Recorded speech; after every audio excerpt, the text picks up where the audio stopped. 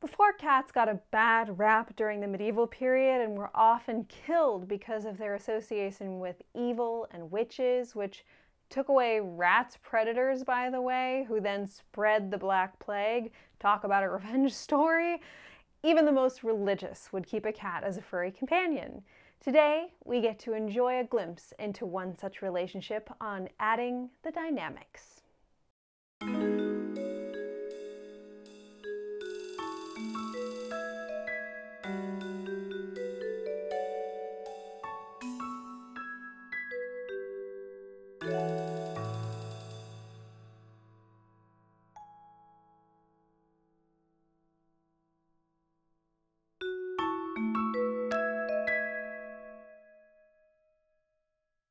Today we're talking about the art song entitled The Monk and His Cat.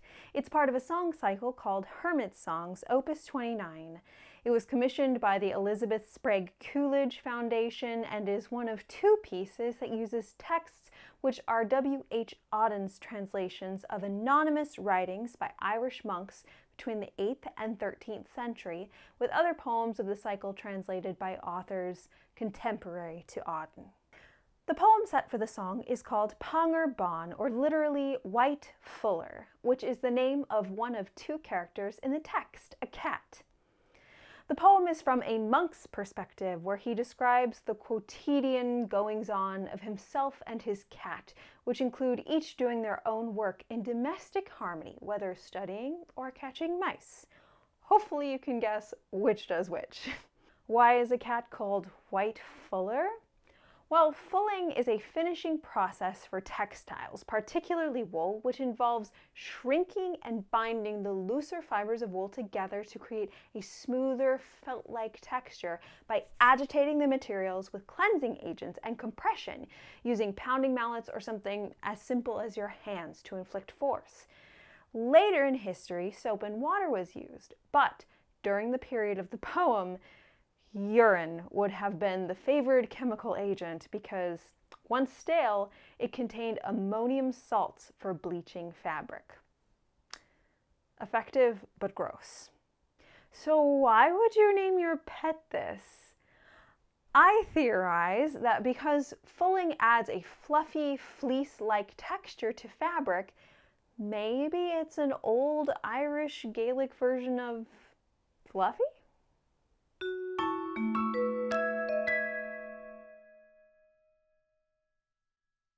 The music was composed in 1953. It was premiered by singer Leontyne Price with Samuel Barber playing piano. The songs were composed over a period of months, starting with The Crucifixion in October 1952 and reaching completion with The Monk and His Cat on February 16, 1953.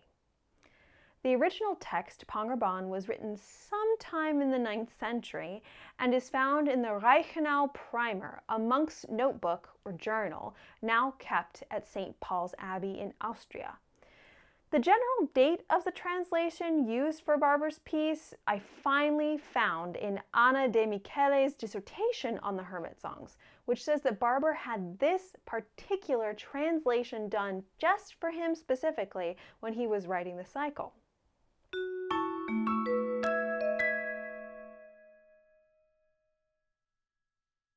Pangur Bán was set to music by Samuel Barber, who was born on March 9, 1910 in Westchester, Pennsylvania, and died January 23, 1981. From an early age, he decidedly reported to his mother that he was going to become a composer, and despite his parents' intentions to make young Sam a Princeton-graduated doctor like his father, Barber's passionate talents insisted otherwise, and he was given musical instruction. His aunt and uncle had a large influence on his growth, as Sidney Homer was a composer and Louise Homer was a famous leading Metropolitan Opera contralto. Their support helped guide his early studies, both offering composition advice, but also performance opportunity of his pieces. Barber was the second to attend the newly opened Curtis Institute in 1924 at 14 years old. He was a triple threat, studying and excelling at composition, his main focus, singing, he had a beautiful baritone voice well suited to German lieder, and piano. At Curtis, he was to meet and room with another great 20th century opera composer, Giancarlo Menotti, in 1928. Sis Menotti was Italian. Between the two of them, they only shared the knowledge of French, so that was all they spoke for a time, which bonded them. They would go on in 1943 to live together at a house in Mount Kisco, New York, they called Capricorn, for almost 30 years as both professional and, for a time, romantic partners. Barber is often dismissed as being a conservative composer or his music being neo-romantic due to his insistence on musical lyricism, likely stemming from his early love for and singing of German lieder. And additionally, the influence of his Curtis composition teacher, Rosario Scalero, who had an affinity for Brahms. Throughout his career, which included the composition of 106 art songs, not to mention his strictly instrumental works and operas, Barber did not drastically change his style like other American and international composers of the time who raced to use electronic instruments and 12-tone technique during the mid-century.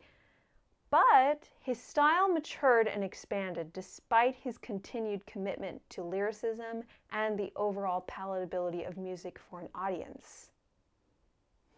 Quote, "My aim is to write good music that will be comprehensible to as many people as possible instead of music heard only by small, snobbish musical societies in the large cities. The universal basis of artistic spiritual communication by means of art is through emotions." Unquote. His intentional juxtaposition to the Milton Babbitt-esque music for music's sake avant-garde style did not disclude him from thoughtfully employing some of those techniques in his compositions, though. Even in Hermit songs, where some suggest the potential presence of a half-tone row in number 7, Promiscuity. Barber carefully used dissonance and more angularity in his melodies and harmonies into the 1940s, and any lack of consonance acted to serve the image being created musically versus just using it for the sake of the compositional experimentation and style, which is reminiscent of Alban Berg's use of serialism. Samuel Barber's major output was in vocal music, piano works coming in second in quantity. As mentioned, he had studied singing and had considered making a career out of performing. However, he once related in an interview that he had thought, quote, "Singers must be either very intelligent or very stupid. And as I was halfway in the middle, I became a composer because it was easier." Unquote. I'm not entirely sure what type of singer Barber would label me as, and I'm not sure I want to know. All jokes aside, he really did have an appreciation and understanding of singers and the importance of music and text working together. Quote, "The text means a great deal to me. I read lots of poetry anyway, so that I go through tons and tons of poems that could possibly be songs. It's very hard to find them. They're not easy to be found. They're either too wordy or they're too introverted or what have you." Unquote. He went so far as to say, quote, "I have always had a sense of the written word and have sometimes thought that I'd rather write words than music." Unquote. The original text translation for Barber's Pangerbaan is in Old English, which was used circa 600 to circa 900. The specific writer of Pangerbaan is unknown, though we know he was a monk, and Irish monks of the time worked in the tradition of the bards, keeping records and doing other important historical work as literate individuals. Some speculate that Sedulius Scotus, an Irish monk who is known for his treatises and scriptural commentary, may be the author of Pangerbaan, but there is not enough evidence to fully substantiate it despite similarities of style between the poem and Scotus's writings that are confirmed. Wystan Hugh Auden, better known as W.H. Auden, was a prolific English writer of poetry and prose and was chosen as the translator for Barber's Pangerbaan.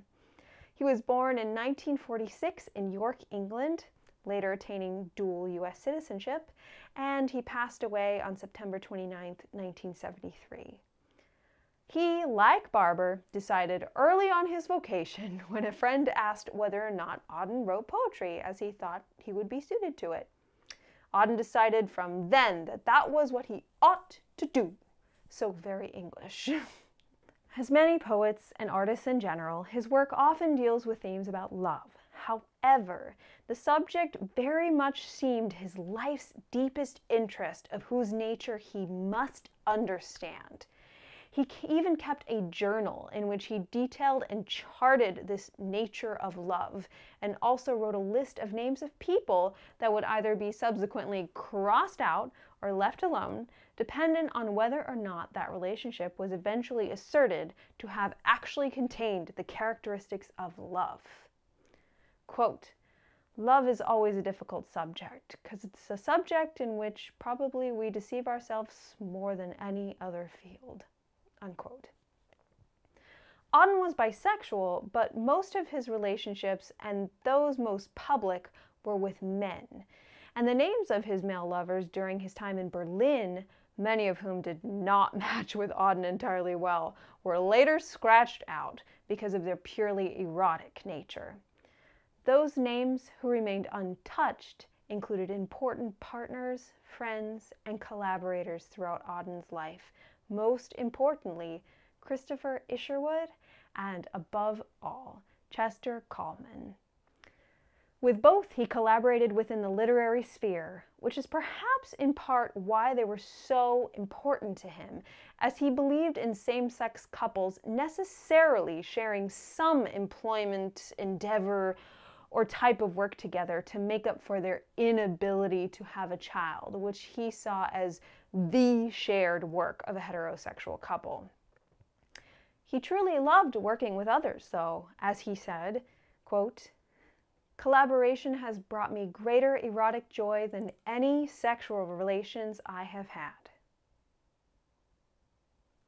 This type of sentiment, somewhat unfortunately, has been echoed by other gay and bisexual composers of the time, like Nadia Boulanger, Louise Talma, Francis Poulenc, who battled with the idea of reconciling their deep commitment to religion and God with the relationships with those they could not help but love. Louise Talma being among those LGBTQ composers who set Auden's poems, including Barber, Britten, and Rorem. Aside from his collaborations, Auden's singular output, however, was tremendous. He wrote over 400 poems, which included 7 long poems. His style was vast, with a purpose which changed over his career from an oftentimes more political and rhetorical aesthetic when he was younger to one with a more esoteric and lofty mission for the artists of the world. His prolific career, encompassing so many genres, is perhaps why his poetry has been set to music by so many different composers.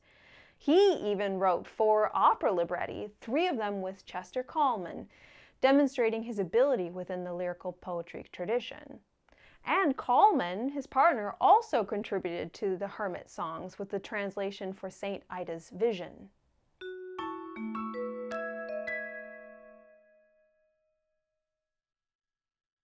At first, the motivation to pick The Monk and His Cat was frankly pretty frivolous.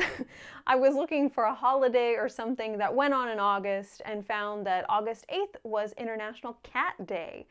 That, coupled with August being Leo season astrologically, which is the sign of the lion, a feline, persuaded me to look for something cat-themed. And it's a cool coincidence also that the piece is the 8th of the 10 songs in Barber's set, and August is the 8th month of the year. Kind of cool little happy little accident, even though I didn't end up doing it in August. As the process continued and I was digging deeper, it's really fascinating to see how the poet and composer's lives, personalities, and beliefs embedded themselves into the theme of the song. Barber was quite distrustful of others, especially other composers, sort of hermit-like in some ways, and admitted to tendencies towards immense jealousy. Despite this, he drew many other artists towards him with a unique and welcoming energy.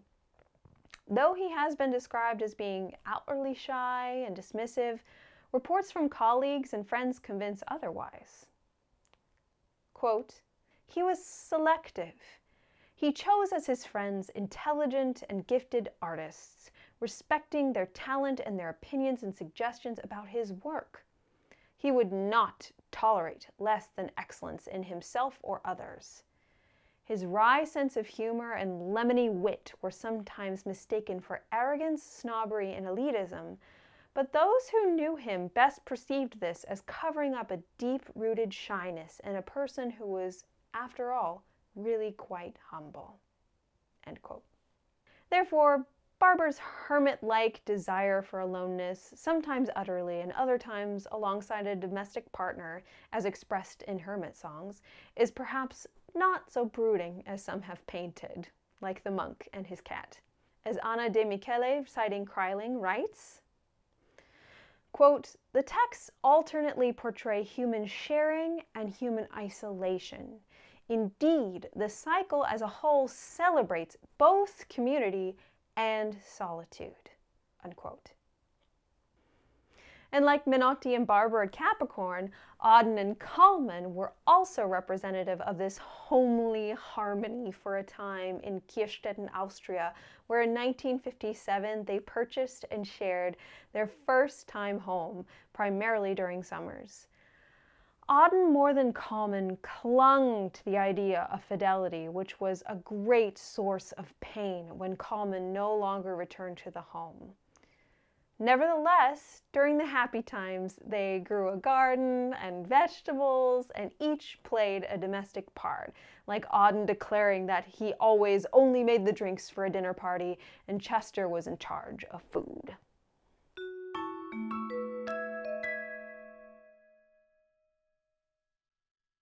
The theme of balanced partnership and the value it held for both men translates for Auden, literally, in The Monk and His Cat. Barber uses text painting to show how these opposites attract and thrive in their own domains. You could go as far as to say that the monk represents the left brain, logical, methodical, studious, and verbal, and the cat represents the right brain, creative, intuitive, imaginative, and nonverbal. This idea is reinforced musically by the accompaniment. Barber gives the monk motifs to the left hand in the bass and the cat motifs to the right hand in the treble. The cat is always mezzo forte or forte, very spunky, and the monk is always mezzo piano or piano, very calm. The bass staff in the left hand maintains an ostinato, or repeated pattern throughout, with flowing eighth notes which serve to ground and move the piece along, like the studious monk not leaving his desk. At measure 8, it changes, where each voice speaks while the other is silent, illustrating the text that each has his own work to do. The bass clef also changes just after, at measure 9, to treble clef, showing that the narrative to follow is describing the cat, then returns to bass clef with the verse, "For me, study," subsequently falling back into the ostinato. A similar thing happens at measure 22 and 23 to text paint the cat. Also, when the characters are talked about separately at measures 9 through 13 and 22 through 38, the meter changes to 6/8, more evenly dividing the measure versus the 9/8, which pervades the rest of the piece. One could argue, too, that the 9/8 as a compound triple meter highlights the number 3, metaphorically inserting God when the two characters come together in unity, blessing their separate endeavors. Like the repeated phrase, "How happy we are," in which the right hand not only plays the cat's motif, but adds 3 dotted quarters over top. It's the Father, the monk, and the holy feline. Speaking of the feline, on the other hand, Literally, the treble follows a less equal metric motif, whose distribution is a dotted quarter and a dotted half note pattern. It's almost metaphorical for the cat's attention diverted to something as it lies there, but it's nothing and it lays its head back down for the dotted half note. The other fun motif that the cat gets is the dissonant ascending eighth note pairs found throughout, like in measures 8, 9, 14, and 15, and so on. This too creates an image in my head of a cat pouncing across the floor, or in this case, the piano keys trying to catch a mouse.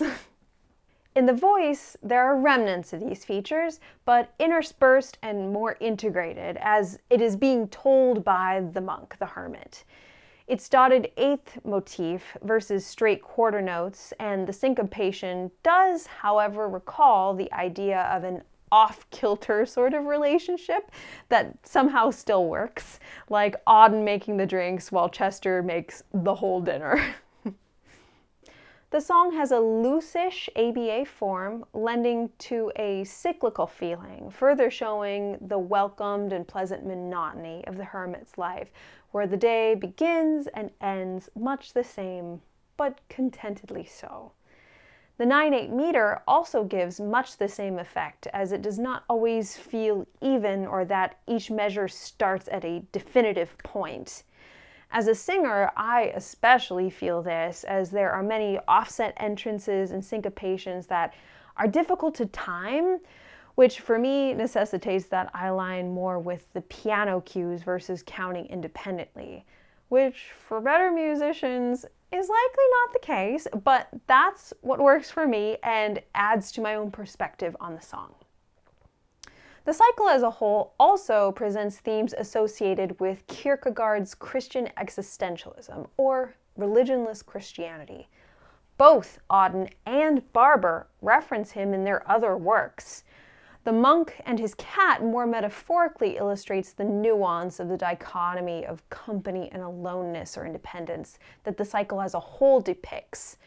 As it was last to be composed, I'd like to think of it as a summation of all the songs that came before, with perhaps A Desire for Hermitage, which was composed first, being a clear and decided declaration of the singer, which had been in mind the entire time, and an expression of Barber's affinity for Kierkegaard's Christian existentialism.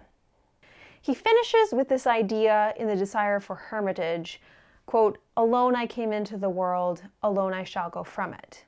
This expresses the autonomy of the Christian in both life and death, distinctly juxtaposing songs like The Monk and His Cat and The Heavenly Banquet, which balance the equation by also giving the hermit a role in the community, not just being on his own, like in A Desire for Hermitage. The monk enjoys shared space and time with his furry companion, but their differences still highlight this idea of singularity and autonomy.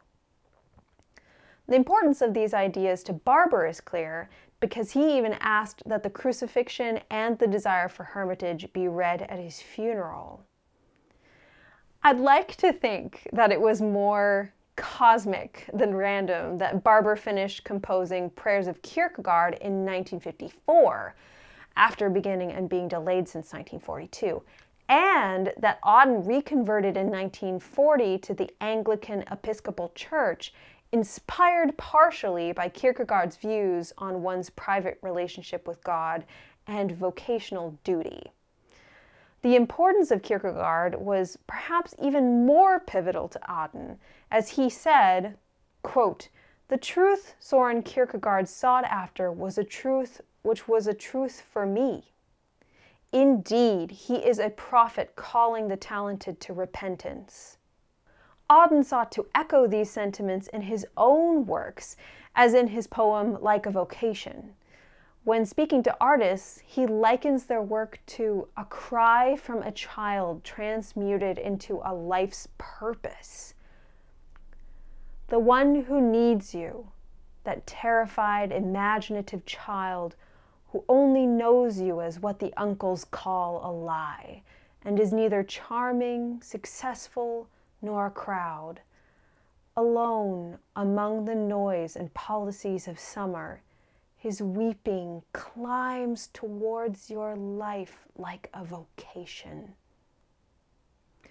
Barber seconds this, quote, music has the power to heal and bring comfort to those who are hurting.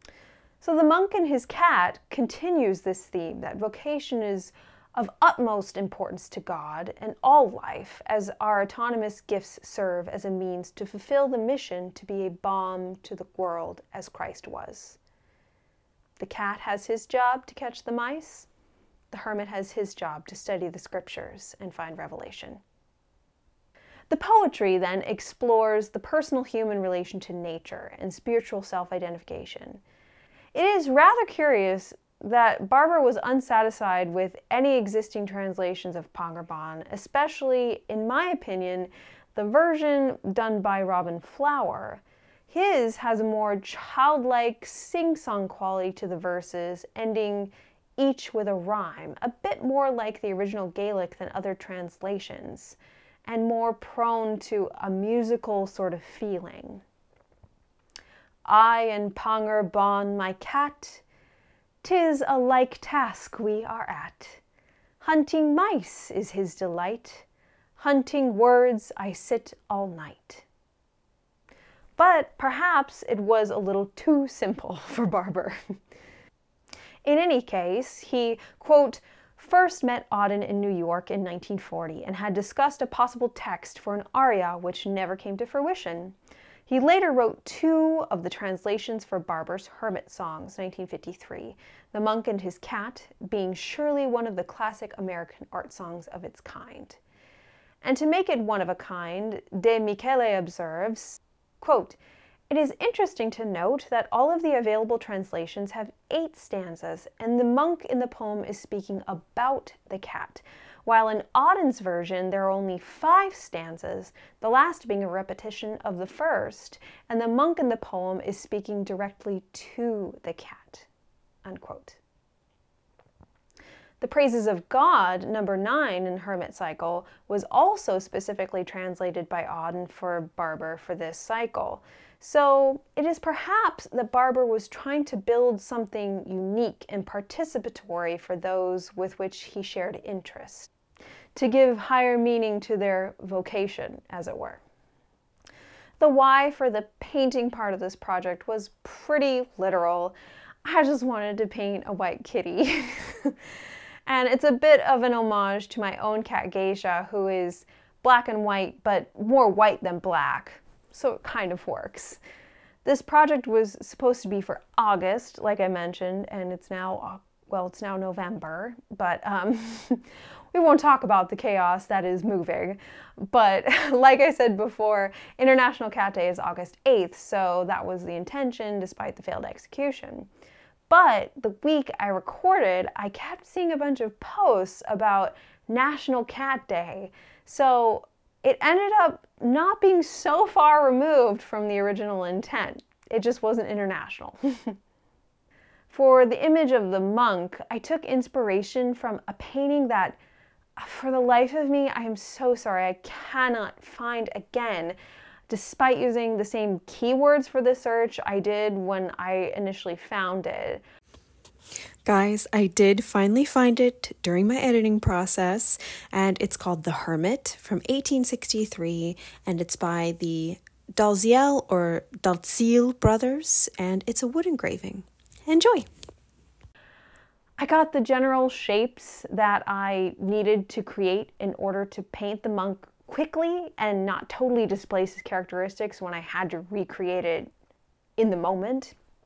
And stylistically, I thought about the time period of the 1940s, which explored neoclassicism a lot, and since the subject of the song was also very neoclassical, I thought I should maybe imitate Picasso, Jean Cocteau style, especially since there's footage of Picasso painting on glass, which is a cool connection.